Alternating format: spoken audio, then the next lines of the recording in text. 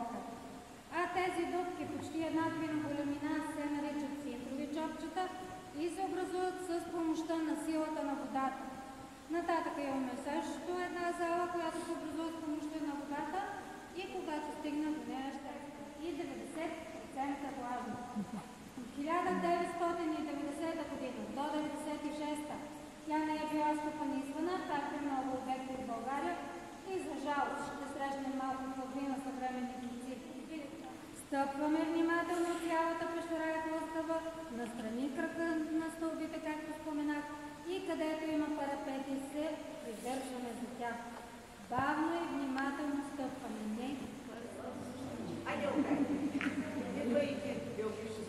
по-достоверна така физиономия. По-достоверна засмяна, такава се едно държи и напанете се, иначе ще ви хвана така.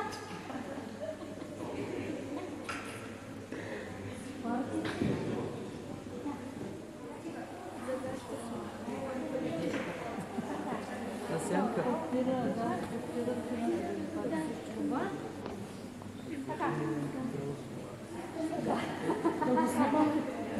Подпира цяла скала. Виждате? Да, направи го. То ходил там.